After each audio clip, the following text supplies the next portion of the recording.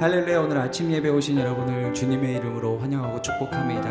오늘도 신실한 주님의 사랑과 은혜를 기억하며 소망 되신 주님의 이름을 찬양하며 나아가십시다. 신실하신 주 내 아버지 집은 기쁨과 사랑 평안이 가득한 곳, 그곳에서 천사들과 함께 찬양 예배하길 간절히 소망합니다. 나의 마음 나의요 주님 예배합니다. 거룩하신 성령님 우리의 예배를 인도하여 주소서. 성령 충만한 예배. 처음부터 신실하신 주 내 아버지 집은 기쁨과 사랑 평안이 가득한 곳, 그곳에서 천사들과 함께 찬양 예배하길 간절히 소망합니다.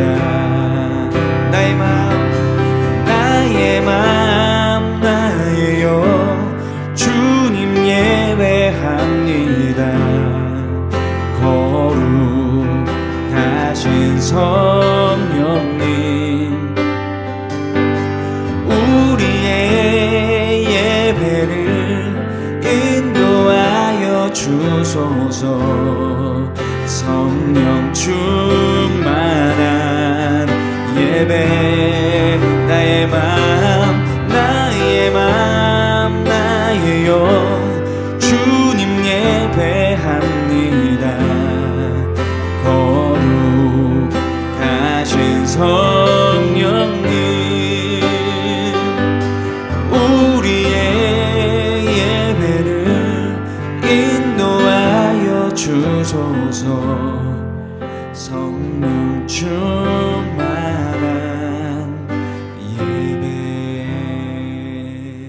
제28장.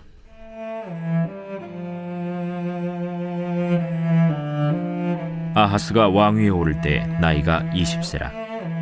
예루살렘에서 16년 동안 다스렸으나 그의 조상 다윗과 같이 아니하여 여호와 보시기에 정직하게 행하지 아니하고 이스라엘 왕들의 길로 행하여 바알들의 우상을 부어 만들고 또 흰놈의 아들 골짜기에서 분향하고 여호와께서 이스라엘 자손 앞에서 쫓아내신 이방 사람들의 가증한 일을 본받아 그의 자녀들을 불사르고 또 산당과 작은 산 위와 모든 푸른 나무 아래에서 제사를 드리며 분향하니라.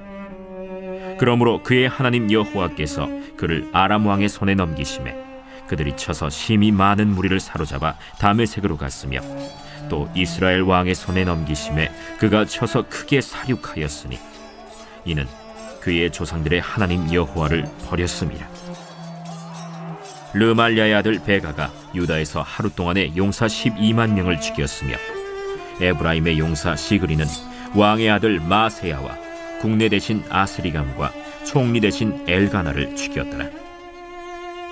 이스라엘 자손이 그들의 형제 중에서 그들의 아내와 자녀를 합하여 20만 명을 사로잡고 그들의 재물을 많이 노략하여 사마리아로 가져가니 그곳에 여호와의 선지자가 있는데 이름은 오뎃이라. 그가 사마리아로 돌아오는 군대를 영접하고 그들에게 이르되 너의 조상이 하나님 여호와께서 유다에게 진노하셨으므로 너의 손에 넘기셨거늘 너의 노기가 충천하여 사륙하고 이제 너희가 또 유다와 예루살렘 백성들을 압제하여 노예로 삼고자 생각하는도다. 그러나 너희는 너희의 하나님 여호와께 범죄함이 없느냐? 그런즉 너희는 내 말을 듣고 너희의 형제들 중에서 사로잡아온 포로를 놓아 돌아가게 하라. 여호와의 진노가 너희에게 임박하였느니라. 에브라임 자손의 우두머리 몇 사람 곧 요하난의 아들 아사랴와 무실레못의 아들 베레기야와 살룸의 아들 여히스기야와 하들레의 아들 아마사가 일어나서 전장에서 돌아오는 자들을 막으며 그들에게 이르되 너희는 이 포로를 이리로 끌어들이지 못하리라. 너희가 행하는 일이 우리를 여호와께 허물이 있게 함이니 우리의 죄와 허물을 더하게 함이로다. 우리의 허물이 이미 커서 진노하심이 이스라엘에게 임박하였느니라. 이에 무기를 가진 사람들이 포로와 노략한 물건을 방백들과 온 회중 앞에 둔지라. 이 위에 이름이 기록된 자들이 일어나서 포로를 맞고 노략하여 온 것 중에서 옷을 가져다가 벗은 자들에게 입히며 신을 신기며 먹이고 마시게 하며 기름을 바르고 그 약한 자들은 모두 나귀에 태워 데리고 종려나무 성 여리고에 이르러 그의 형제에게 돌려준 후에 사마리아로 돌아갔더라. 그때 아하스 왕이 아수르 왕에게 사람을 보내어 도와주기를 구하였으니 이는 에돔 사람들이 다시 와서 유다를 치고 그의 백성을 사로잡았음이며 블레셋 사람들도 유다의 평지와 남방 성읍들을 침노하여 베세메스와 아얄론과 그데롯과 소고 및 그 주변 마을들과 딥나 및 그 주변 마을들과 김소 및 그 주변 마을들을 점령하고 거기에 살았으니 이는 이스라엘 왕 아하스가 유다에서 망령되이 행하여 여호와께 크게 범죄하였으므로 여호와께서 유다를 낮추심이라.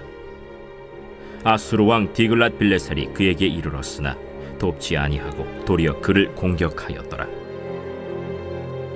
아하스가 여호와의 전과 왕궁과 방백들의 집에서 재물을 가져다가 아수르 왕에게 주었으나 그에게 유익이 없었더라. 이 아하스 왕이 곤고할 때 더욱 여호와께 범죄하여 자기를 친 다메섹 신들에게 제사하여 이르되 아람 왕들의 신들이 그들을 도왔으니 나도 그 신에게 제사하여 나를 돕게 하리라 하였으나 그 신이 아하스와 온 이스라엘을 망하게 하였더라.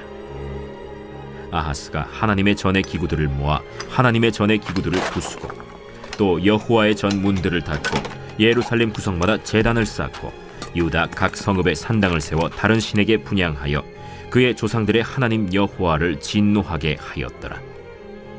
아하스의 남은 시종 사적과 모든 행위는 유다와 이스라엘 열왕기에 기록되니라.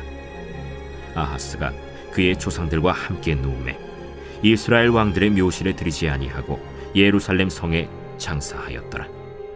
그의 아들 히스기야가 대신하여 왕이 되니라.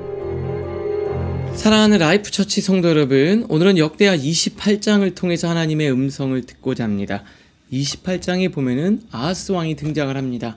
아하스 왕은요, 하나님이 보시기에 악한 왕이었어요. 특별히 하나님이 금하신 이방의 풍습을 따라서 예배를 드리고 정말 구별돼서 순수하게 하나님의 율법과 말씀을 쫓아서 드려야 될 하나님의 예배가 이방과 혼합되면서 세상의 그런 세속적인 가치들이 그 안에 들어오게 됩니다.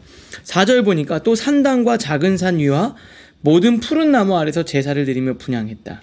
사실 이렇게 보면 이게 무슨 문제인가 싶은데 이것은 이방의 제사 풍습을 받아들였다는 것을 의미해요. 첫 번째 문장 보니까 아하스는 예루살렘의 성전이 아니라 산당과 높은 곳 푸른 나무 아래와 같은 이방의 제사 풍습을 받아들였습니다. 이는 하나님의 금하신 예배 방식이었죠. 장소와 형식 모두에서 하나님의 계명을 의도적으로 무시한 것입니다. 그러니까 이방의 풍습이 예배 속으로 들어온 거예요. 자, 이건 정말 중요한 우리가 생각해 볼 것들이 있습니다. 세상의 문화 속에서 우리가 예배를 드리는 것과 세속적 가치가 우리 예배 안으로 들어오는 것을 분별할 수 있어야 되는 거죠. 그런데 이건 뭐냐? 이방의 풍습이 우리의 예배를 오염시킨 거예요. 그러니까 세상적인 방법을 통해서 예배를 드리려고 한 거죠. 분명히 하나님은 정하신 방법과 정하신 장소에서 예배를 드리라고 했습니다. 왜 그랬을까요? 자꾸 이방의 풍습이 우리의 신앙과 혼합될까 봐 염려하셨던 거예요. 여러분, 하나님 앞에 자유롭게 우리가 예배를 드리는 것과 우리가 세상에 오염돼서 예배 드리는 것을 분별해야 됩니다. 우리 큐티책 밑에서 네 번째 줄입니다. 예배는 단지 마음만 드리는 것이 아니라 하나님이 정하신 방법과 장소에서 드려야 합니다. 예배를 통해 삶의 구석구석에 하나님의 말씀이 세워져야 합니다. 그러니까 결국에는 하나님의 말씀과 기준을 따라서 예배를 드려야 되는데 세상적 방법을 쫓아서 예배를 드렸다 이 말입니다. 우리가 정말 하나님과 멀어지고 있지는 않은지, 조금씩 세속적 가치에 우리의 마음이 빼앗기고 있지는 않은지 한번 돌아보실 수 있기를 바랍니다. 두 번째, 북이스라엘 사람들이 유다를 공격해서 포로를 잡아왔는데요. 선지자 오벳의 책망을 듣고 그들의 마음을 돌이키기 시작합니다. 15절에 보니까 위에 지명된 사람들이 일어나 사로잡힌 자들을 맡아서 벌거벗은 자는 모두 옷을 입히되 양떼 중에서 옷과 신과 먹을 것과 마실 것과 기름을 주고 약한 자는 나귀에 태워 종려나무 성읍 여리고로 데려다가 그들의 형제에게 이르게 하고 사마리아로 돌아갔더라. 그러니까 그들이 우리가 형제들에게 뭐 하는 일인가? 결국 그들의 마음을 돌이키고 그들에게 옷을 입히고 신을 씻기고 먹을 것을 주고 힘든 사람들에겐 나귀를 태워서 여리고로 데려다 줍니다. 자, 이게 무슨 말일까요? 회개는 내가 잘못됐구나 깨닫는 것을 넘어 돌이키고 삶으로 이어지는 거예요. 큐티책 밑에서 세 번째 줄 보면 이렇게 돼 있죠. 회개는 단지 울고 뉘우치는 감정이 아니라 사람을 살리는 방향으로 구체적인 행동으로 드러난다라는 거예요. 여러분, 오늘 우리가 말씀을 통해 나한테 어떤 깨달음이 있어요.